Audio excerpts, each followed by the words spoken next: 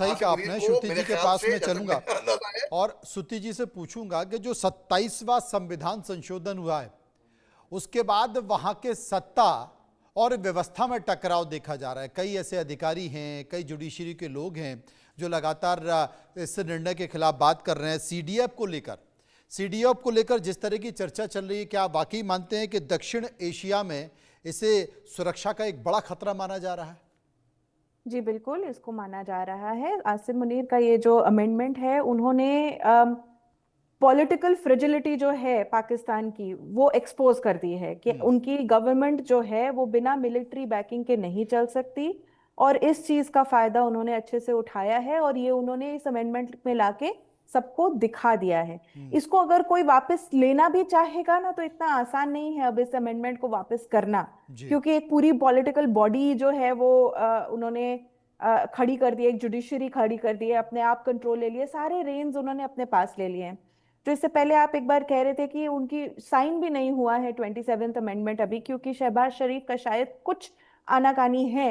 तो इसके अंदर जो मुझे खबर आई है वो ये है कि वो कुछ लोग अपने चाहते हैं, कुछ जनरल्स जो हैं उनके पसंद के, क्योंकि इस वक्त जो है मुनीर अपने जो लॉयलिस्ट हैं उनको पद दान करने में लगे हुए हैं। और शहबाज शरीफ कुछ खुद के, नवाज शरीफ के टाइम से जो चल रहे लोग हैं जिन पे उनको भरोसा है, उनको डालना चाह रहे हैं, जिससे कंप्लीटली वन साइडेड सिचुएशन ना बन जाए और कल को यही आसिम मुनीर इन शहबाज शरीफ को चाय में गिरी मक्खी की तरह उठा के ना फेंक दे। तो इसलिए ये एक पावर स्ट्रगल उधर वो भी चल रहा है। इसलिए चाहे वो पहले वो लंदन में थे, फिर लंदन से वो इस्लामाबाद आने वाले थे, इस्लामाबाद से फ्लाइट उनकी कहीं और डायरेक्ट कर दी गई, फिर वहां से वो बाय रोड जा रहे हैं, वो डायरेक्टली इस्लामाबाद भी नहीं लैंड करना चाह रहे हैं, वो अपनी एक कंटिजेंट सिक्योरिटी फैसिलिटी लेकर वहां जाना चाहते हैं आगे आसिम मुनीर के सामने। और अभी भी इस अमेंडमेंट को साइन करने की बात चल रही है।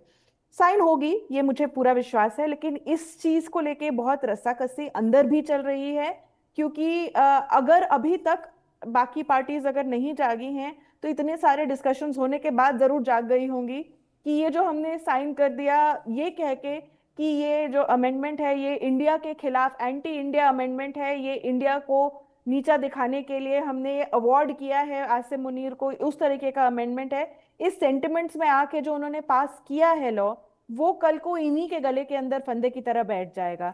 जुडिशरी के लोग रिजाइन कर रहे हैं क्योंकि उनको पता है कि ये अमेंडमेंट आने के बाद कोर्ट की किसी भी केस की कोई वैलिडिटी नहीं रह जाएगी, वो कुछ भी जजमेंट पास करेंगे तो आसिम मुनीर अपने फेडरल जजमेंट फेडरल उसमें बैठ के, इंफ्रास्ट्रक्चर में बैठ के उसको पलटवा सकते हैं अपने हिसाब से।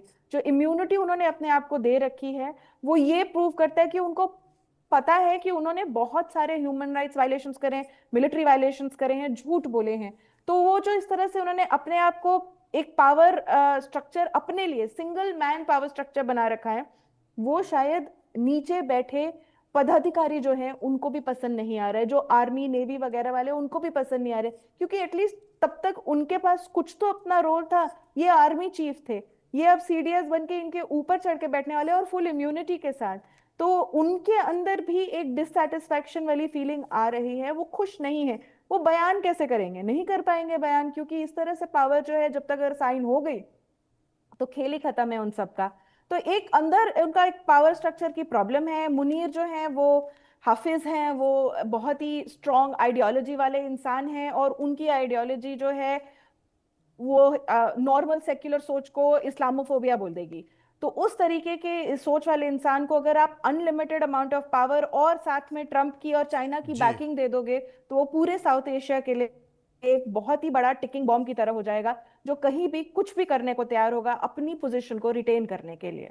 वाकई ये बड़ा खतरा हो सकता है। मेरे साथ अली शाह मौजूद हैं। अली शाह, क्या जिस तरीके से इमरान खान को जेल में रखा जा रहा है, पाकिस्तान की सड़कों पर पीटीआई के समर्थक, पीटीआई के कार्यकर्ता, नेता, उनके परिवार के लोग प्रदर्शन कर रहे हैं, इमरान खान को रिलीज करने की बात कर रहे हैं, लेकिन जितने केस इमरान खान के ऊपर बना दिए गए हैं, लगता नहीं है कि इमरान खान पाकिस्तान की वर्तमान सरकार और मुनीर के रहते हुए बाहर आ पाएंगे। लेकिन जब ट्रंप आए थे तो ऐसा कहा जा रहा था कि भाई इमरान खान हो सकता है कि अब बाहर आ जाएं, लेकिन मुझे लगता है कि इतने नजराने पेश कर दिए गए ट्रंप साहब को सूटकेस में दिखा के कि उन नजरानों के आगे ट्रंप साहब की आंखों में चकाचौंध आगे लगता है? जी, आपने बिल्कुल सही फरमाया है, बिल्कुल दुरुस्त बात करी है आपने। जी हाँ, देखिए, इमरान खान को जेल से निकालना बहुत मुश्किल है क्योंकि इन्होंने फैब्रिकेटेड केसेस, फॉल्स केसेस भी इनके ऊपर थोप रखे हैं। 75 से ऊपर केसेस इनके ऊपर हैं। और ये इन्होंने, इमरान खान ने बीबीसी को ये इंटरव्यू दिया था पहले, और ये कहा था कि भाई झूठ, एक के तो कभी तोशाखाना केस, कभी घड़ियां बेच दी, कभी गिफ्ट बेच दी, कभी ट्रिशन, कभी गद्दारी, कभी कुछ ना कुछ इल्जाम लगाए हैं इमरान खान के ऊपर। इमरान खान और बुशरा बीवी, इमरान खान को 14 साल की सजा दे दी, बुशरा बीवी को 7 साल की सजा दे दी।